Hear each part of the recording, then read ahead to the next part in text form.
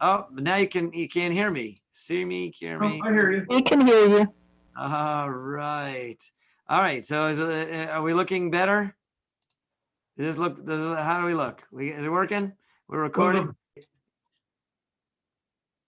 There you go. Just in case you're wondering, we are being recorded, and we are live on Live at 5, live at 5-ish. But if we get live at 5 going before 5:05, I think we are all up and full systems go. Thanks for your patience, everyone. Thanks for joining us. We're here. Welcome back. I missed everyone, and I hope you had a good week and a happy Shavuos. We between this time and the last time we've seen you, lots of epic things have transpired, and we are now ready to resume. Here we are. Zoom is hopefully rolling. For those of you who joined us late, I apologize. It was we had some technical difficulties. I am live here today from the. If you can guess where we are, see this particular location. Hopefully you recognize it, and if you do, you could chat it in for a chance to win fabulous prizes. This picture was taken over the weekend here in Denver by yours truly. So that narrows your field of guessing quite significantly. I have stayed in Colorado, but I hope you've been well. We had a really a very lovely a very lovely Shavuos, and we hope you did too. It was very nice to see everybody's faces, because for many, not all of you, obviously, I'm looking at some masks in the room here, but for many of us, the mask requirements have been significantly relaxed. I actually walked into a King Supers yet today without my mask on. Baruch Shechianu v'kiyamanu v'higianu lazman hazeh. Need to feel like I may need to make a Shechianu just to go into the vegetable aisle without wearing a mask. But that's only because we're feeling better and healthy. Hopefully you are too. I want to just start by wishing a Mazel Tov to a few with to the Bean family on the upcoming wedding tomorrow of Gabi Bean, and also another wedding to the Zalkin family on the upcoming wedding of David Zalkin. Actually, David Zalkin is getting married to Sarah Deneroff this coming Sunday here at the Jewish Experience. We are very honored to host the wedding, and I'm honored to be involved, and we wish them our blessings for to build a Bayis Ne'eman B'Yisrael. So that's the word of the day, Ne'eman.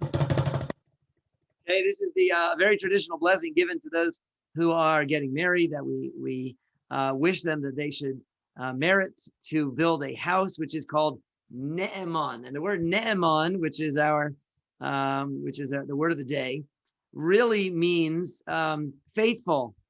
Now, it makes sense here, and as well in the name of a famous Israeli coffee shop chain called Cafe Ne'eman. So you want your new marriage to be, and your coffee shop to be Ne'eman, which is faithful. Faithful in this sense of the new couple. It's faithful to all of the customs and the sort of the defining qualities of the Jewish people. So if you're going to build such a home, so then that's our blessing, that it'll be a Bayis Ne'eman B'Yisrael, a trustworthy house, a faithful house in Israel. If you want your coffee shop to be like that, I suspect you just want a good cup of coffee for a good price. But that's called Cafe Ne'eman. If you're in Israel, make sure and stop by Cafe Ne'eman and get a faithful coffee. So that we got quite a few simchas coming up. Also want to send our wishes for a speedy recovery, or for Shlema, to Elio David Benita Sheva, David Lustig. David Lustig had a near miraculous salvation. He certainly still does need our prayers, and things have been very difficult for him for some time, but acutely difficult at the moment. And on Shabbos, his wife reported that he woke up unexpectedly, and said, "Get this ventilator out of my mouth," which is quite an amazing thing. It was considered to be miraculous, and we hope that he has the rest of a full and complete recovery very speedily. Also want to wish a speedy recovery to let me see, who was it that I had on my list? Binyamin ben Chaya Rus, which is otherwise known as Benjamin Hutt. Benjamin Hutt had had a virus that that cost him some hearing in one ear, and we hope that he recovers that hearing, and they're treating him, and I hope for good news. It was a crazy story I heard about over Shavuos. He was traveling from his home to a particular medical facility in Israel where they could hopefully treat him for this particular virus. That medical facility is in Ashdod, right near Gaza border. Was a unfortunate target of hundreds, if not thousands, of the rockets, of the some 4,000 rockets that were shot from Gaza at civilians in Israel during the 11 days of the conflict. And twice on the way to on the drive to the hospital, Benjamin and his wife Dahlia had to get out of the car and hide from the incoming rockets on the street with their hands over their heads. Can you imagine on the way to the hospital twice having to stop because of the sirens and the rockets were potentially. They thank God they arrived safely and he got home safely, and we hope that he regains all his hearing as a refuah shlema. So those are a little bit of some of the news reports that we've had over the last couple of days, and probably missing a few more. But that's all since I've missed you, and the last couple of things in mind.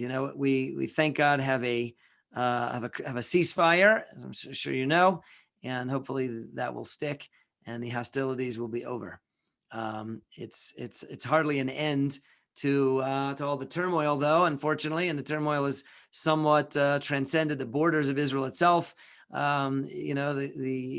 are quite a few alarming events in the news that have been reported, unfortunately, to Jews all over the world, particularly in America, some in LA, some in New York, and elsewhere. A little bit scary time, and it's important for us to both, show our unwavering support for Israel and Israel's self-defense and the Jewish people's self-defense. And likewise, we should be raising our voices together in unity in prayer that God should speedily bring an end to anti-Semitism, to any aggression directed at the Jewish people.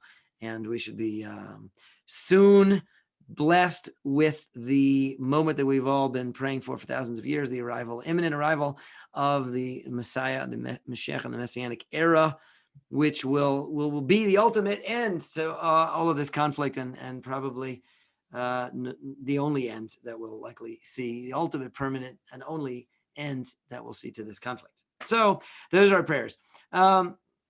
By the way, just also lastly, we have an announcement. There's lots of great opportunities starting up again at the Jewish Experience. Some of them are in person and some of them are virtual. Of course, Live at 5 is now back from break, and we resumed, and we're here, and we'll be straight through the rest of the week. Also, I just wanted to mention that Wednesday, starting this week, we'll have a 3-part Shmorg series. Now, if you haven't been to a Shmorg, you've got to come try it out. Shmorg is short for smorgasbord or smorgasbord. We call it Shmorg. And it is a really nice opportunity to be together in person, because it starts with a buffet dinner, a smorgasbord dinner, followed by a smorgasbord of class opportunities, and begins this Wednesday here at 6:30 at the Jewish Experience. Classes at 7 and at 8. And I'd like to invite you to participate. You can find out a little bit more and register on our website, theje.com, and you should head there for anything Jewish Experience.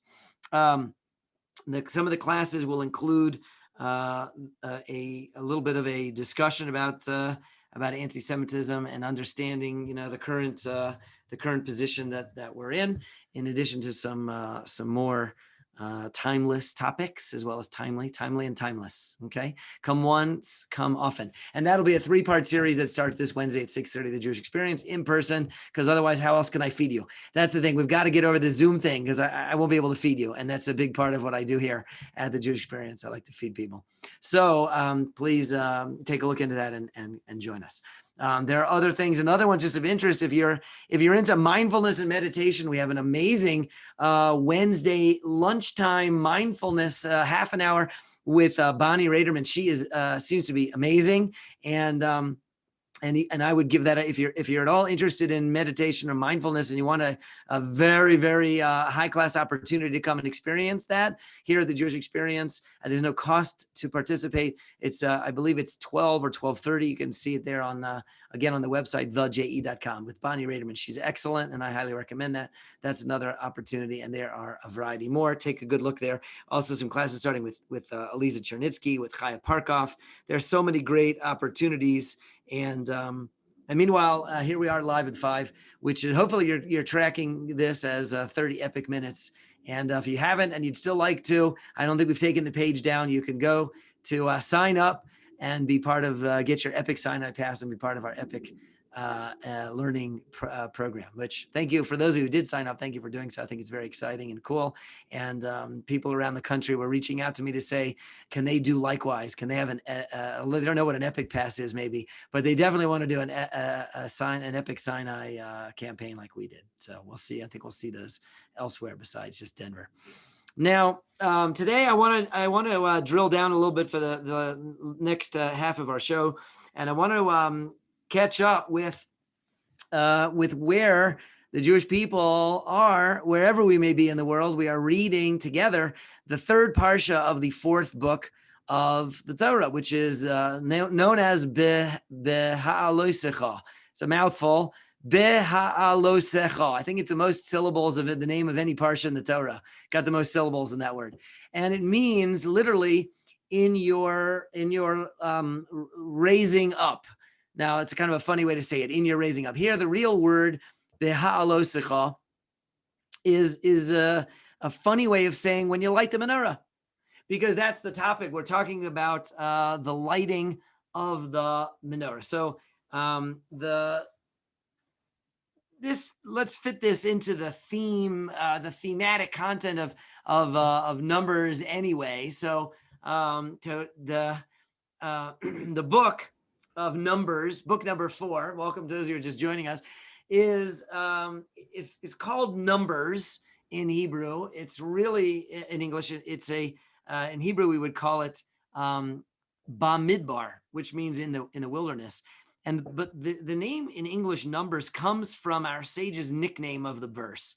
And our sages gave a kind of a secondary nickname to all of the 5 books of the Torah. And the name that they gave to the 4th book, to Numbers, is Chumash HaPikudim, which really means you could call it the book of census, You know, like we do in America, we have a census that's conducted, and they go around and count everybody. You know, I think if I'm not mistaken, the census got cut short by the pandemic. I think, right? Weren't they in the middle of trying to conduct a census, and the pandemic kind of got in the way, or I don't know. I seem to remember something about that seems like it fell by the wayside. I don't know. It must be a tough thing. You get people walking around, knocking on people's doors. If people were not opening their doors before, they definitely weren't doing so during a pandemic, right? You know, I don't know what it is. It seems like a national pastime to try to avoid the census takers. But census in Jewish thought is also quite an interesting thing, and the book is named for it. The book's called Numbers, and it's because in the beginning and in the middle and at the end, the Jewish people are counted. There's like a census that's conducted, and it takes up quite a lot of time and space counting the Jewish people and putting them in order. And you know, in our lives, being counted, you know, becoming, we'd say, just like being a number, you know, is not necessarily something we like or we look forward to, we appreciate. You know, I can remember as a college student complaining. We were all complaining. Well, what am I, just a number? Now I'm just my student ID number. What am I, a nameless, faceless? I think college students need something to complain about. Like, they're always interested in complaining, and otherwise their lives are probably pretty worry-free. But, we need something to kvetch about. Am I just a number? What am I? And certainly if we, if we think back a little further than, our own college experiences to the Jewish people's history in the middle of the 20th century, having a number tattooed on your arm is certainly as about as dehumanizing a thing as one could possibly experience. And we don't remember that very fondly either. So here is that, what's going on if the Torah's got one of the 5 books named for census, named for being counted, and it's the book of Numbers. Are we just a bunch of numbers? So I think there's a really a very beautiful medrash which gives a very different perspective on it. And the medrash compares God, as it were, who's here we are counting. He counts us in this book several times. The medrash compares God to a miser. A miser is like what does that mean? A miser, someone who is really miserly, is very passionate about their wealth.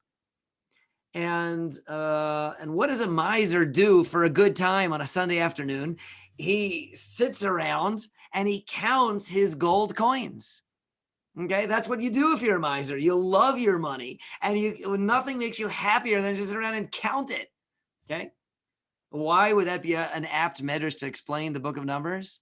Because, as it were, God is not that God is a miser, but God has likewise a great love for the Jewish people. And so what makes him very happy is to count us. To count the Jewish people is a show and a sign. It's emblematic of God's love for the Jewish people. He counts each and every one of us. Now, if you start with that as kind of a preface to thinking about the book of Numbers and this fact that it's so named for the fact that we get counted multiple times, now it's not dehumanizing, but quite the opposite. It's actually it's meant to be loving. It's a beautiful thing. It's a personal thing that each and every one of us count, and that God counts us because he loves us. And that is about as opposite as an idea as it could be, very positive, very beautiful. We should feel very warm about that, warm and fuzzy. God loves us, so he counts us multiple times.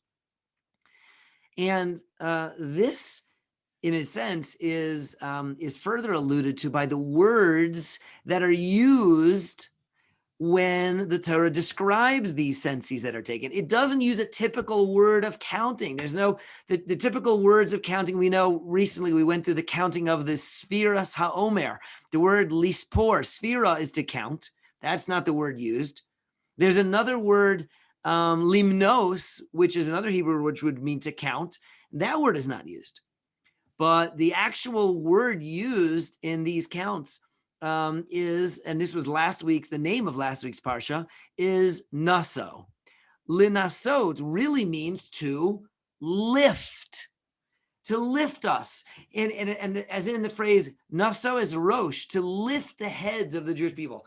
It's uplifting to be counted. Literally, the word used, the Hebrew word, is that God doesn't count us, he lifts us, he raises us up.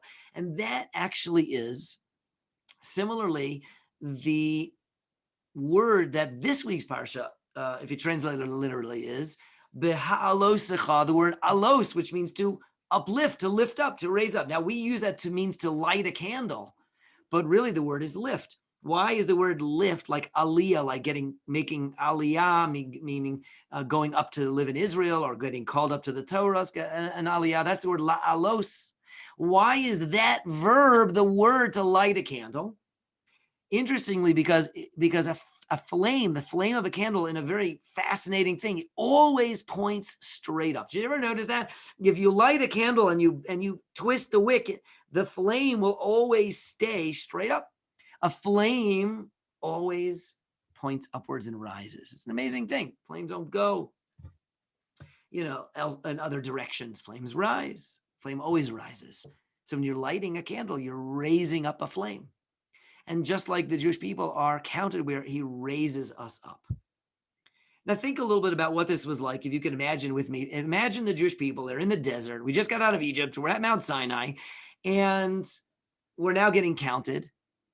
How was that count conducted? So the Torah says that none other than Moses himself, accompanied by Aaron and the heads of the 12 tribes, would literally walk around. They literally walked through the entire camp, tent to tent, family to family, tribe to tribe, and they would go up and they would knock on the tent door, and they would see who's there, and at that point you knew that God was aware of you, the Jewish people aware of you, were counting on you. And there's an appointment made. The other word, and this is the word that in English numbers comes from, is chumash hapikudim. Pikudim are appointments. So not only are we counting you just to know that you're there, to count on you, to show you that you're valuable, that you're respected and you're important. Moses himself comes to your door to count you. But in addition to that, we're counting on you. And there's an appointment made. Everyone is kind of tapped with a role, with a task, with an opportunity. That's an appointment. That's really what the book is named for. It shouldn't be called the book of senses or the book of numbers. It should be the book of appointments, where we are all getting appointed to a position of prominence, of responsibility, of need, where God says, all right, here's what we need from you. That, as opposed to becoming a nameless number, is the exact opposite. Here, the book of Numbers is to show each and every one of us that we're irreplaceable. I remember hearing someone shared with me, this is very cute, a couple of years ago, and I was reminded of again because my birthday was not too long ago. And they said, on your birthday, that's the day that God decided that the entirety of human history could not continue without you. That's why you were born. That's the way to think about it. Your life on this planet is, you're irreplaceable. There is no one else like you. There's no one that can possibly fulfill your shoes, that can accomplish what God created you to accomplish. And you may not know what it is, and you may not think of it as, this may sound too cosmic for you, and you may say, oh, Rabbi, stop it. God doesn't need me around. But you're wrong.